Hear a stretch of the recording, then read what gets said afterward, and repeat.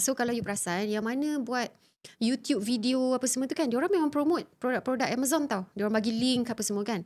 So cuba you bayangkan, daripada 1980-an sampailah kepada sekarang, berapa puluh tahun dah 30-20 konsep tahun. affiliate tu. Okay. Dekat Malaysia ni, dia tak adalah baru sangat, tapi dia barulah konsep affiliate ni. Okay. Maksudnya konsep affiliate ni, dia ikut platform.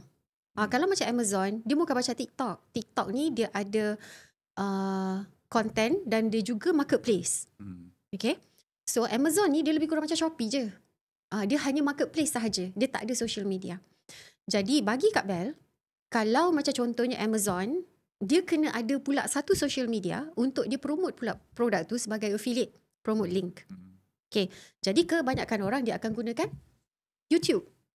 Okay. Kebanyakan marketer lah. So dulu affiliate ni hanyalah eksklusif untuk marketer.